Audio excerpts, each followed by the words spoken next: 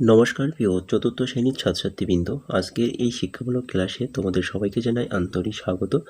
এখন আমরা চতুর্থ শ্রেণীর গণিত বিষয়ের দ্বিতীয় পর্যায়ক্রমিক মূল্যায়নে 2026-এ গণিতের প্রশ্নপত্রটির উত্তর সহ ধাপে ধাপে আলোচনা করতে চলেছি। তাই তোমরা প্রত্যেকে ভিডিওটি স্কিপ না করে প্রথম থেকে শেষ পর্যন্ত ভালোভাবে দেখো এবং চ্যানেলে নতুন হলে অবশ্যই চ্যানেলটিকে সাবস্ক্রাইব করো। তো চলো আর কথা না বাড়িয়ে আমরা মূল আলোচনায় প্রবেশ করি। প্রথমে নাম্বার 1, সঠিক উত্তরে মাথায় টিক চিহ্ন দাও। 1 গুণ 5 সমান 5। প্রথম প্রশ্ন নাম্বার ক, তরল পদার্থের আয়তন পরিমাপের একক হলো মিটার, লিটার, গ্রাম। তরল পদার্থের আয়তন পরিমাপের একক হলো লিটার। চলো পরের প্রশ্ন নাম্বার খ, 0.5 এর সামান্য ভগ্নাংশ হলো 5/100, 10/5, 5/10।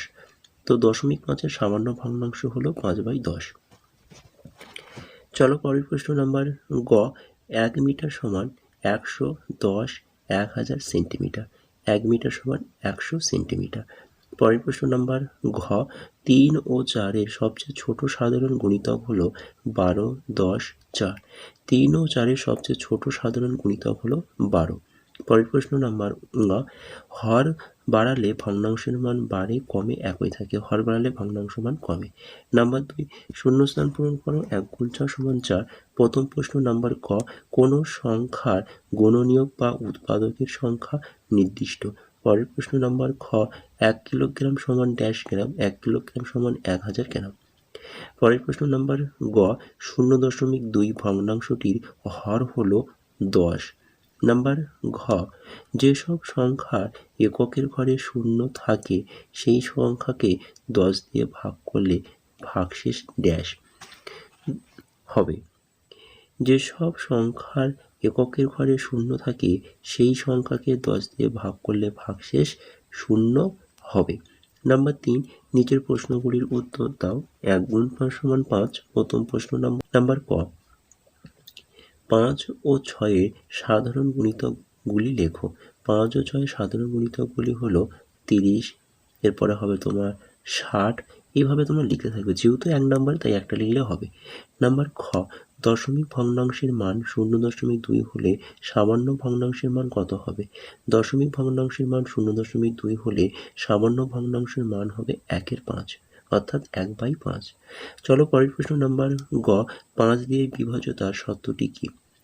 যে কোনো সংখ্যার এককে 0 অথবা 5 থাকলে সংখ্যাটি 5 দিয়ে বিভাজ্য হবে।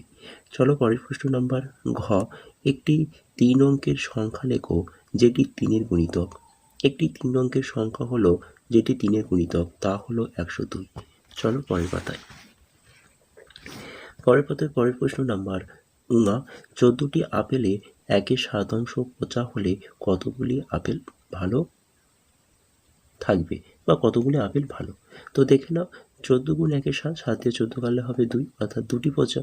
তাহলে 14টি আপেলের মধ্যে যদি 2টি আপেল পচা হয় তাহলে কটি আপেল ভালো? তাহলে 14 বিয়োগ 2 সমান 12টি। নাম্বার 4, নিচের সমস্যাগুলি সমাধান করো। 4 গুণ 4 সমান 16। প্রথম প্রশ্ন নাম্বার ক, দানিশ শেখ লেনে রাস্তার কাজ চলছে। প্রথম দিনে রাস্তার 2/5 কাজ হয়েছে এবং দ্বিতীয় দিনে মাত্র 1/5 কাজ হয়েছে। ওই 2 দিনে মোট কত অংশ কাজ হয়েছে এবং কত অংশ কাজ বাকি আছে? প্রথমে যোগ করব, তাহলে 2/5 যোগ 1/5 যোগ করলে হবে 3/5, অর্থাৎ 3/5 অংশ। এরপর থেকে ধরে নেবো যে ধরি সম্পূর্ণ 1, তাহলে 1 থেকে আমাকে 3/5টা কী করতে হবে? বিয়োগ করতে হবে। তো বিয়োগ করলে হবে 2/5, অর্থাৎ 2/5 অংশ। তাহলে দুটো উত্তর হবে। তাহলে প্রথম উত্তরটা হবে যে 2 দিনে মোট 3/5 অংশ কাজ হয়েছে এবং দ্বিতীয় উত্তরটি হবে 2/5 অংশ কাজ বাকি আছে। চলো পরের প্রশ্ন নাম্বার খ, সুবলের বাগানে একটি 4 কিগ্রা 600 গ্রাম ওজনের কুমড়ো ফলেছে। সে ওই কুমড়োর 800 গ্রাম রাবেয়াকে, 1 কিগ্রা 250 গ্রাম তুহিনকে, 650 গ্রাম পাপিয়াকে দিল। সুবলের কাছে এখন কত ওজনের কুমড়ো পড়ে রইল? তাহলে অঙ্কটা প্রথমে আমরা যোগ করবো, অর্থাৎ 800 গ্রাম 1 কিগ্রা 250 গ্রাম যোগ 650 গ্রাম যোগ করলে হবে 1 কিগ্রা 1700 গ্রাম। 1700 গ্রামের মধ্যে যেহেতু কিগ্রা রয়েছে তাহলে ভাঙিয়ে লিখলে হবে 2 কিগ্রা 700 গ্রাম। এরপর 4 কিগ্রা 600 গ্রাম থেকে 2 কিগ্রা 700 গ্রামটাকে বিয়োগ করব, বিয়োগ করলে হবে 1 কিগ্রা 900 গ্রাম। তাহলে অতএব দিয়ে উত্তর লিখব যে সুবলের কাছে এখন 1 কিগ্রা 900 গ্রাম ওজনের কুমড়ো পড়ে রইল। চলো পরের প্রশ্ন নাম্বার গ একটি ফাঁকা 5 লিটার জল রাখা জারে 2 লিটার 250 মিলিলিটার ঠান্ডা জল এবং 1 লিটার 800 মিলিলিটার গরম জল রাখলাম। ওই জল রাখা জারটা ভর্তি করতে আরও কত জল ঢালতে হবে? তাহলে অঙ্কটা আমরা প্রথমে যোগ করব। তো এখানে যোগ করলে হবে 4 লিটার 50 মিলিলিটার।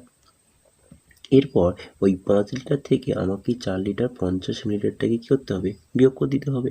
তো তোমরা বিয়োগ তো জানো এগুলো, তো বিয়োগ করলে সঠিক উত্তর হবে 950 মিলিলিটার। তাহলে অতএব যে উত্তর লিখব যে ওই জল রাখা জারটা ভর্তি করতে আরও 950 মিলিলিটার জল ঢালতে হবে।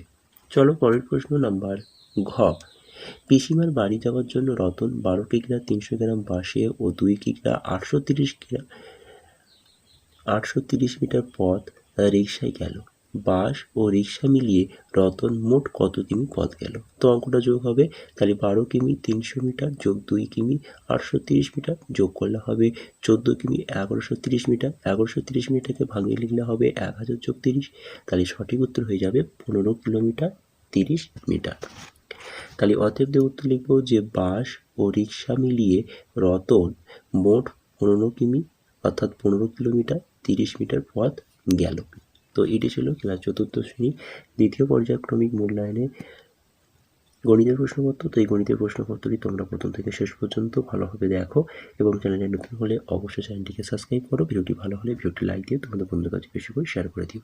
তো আজকে ক্লাসটা আমি এখানে শেষ করছি। টাটা বাই বাই, ভালো থেকো, সুস্থ থেকো, ধন্যবাদ।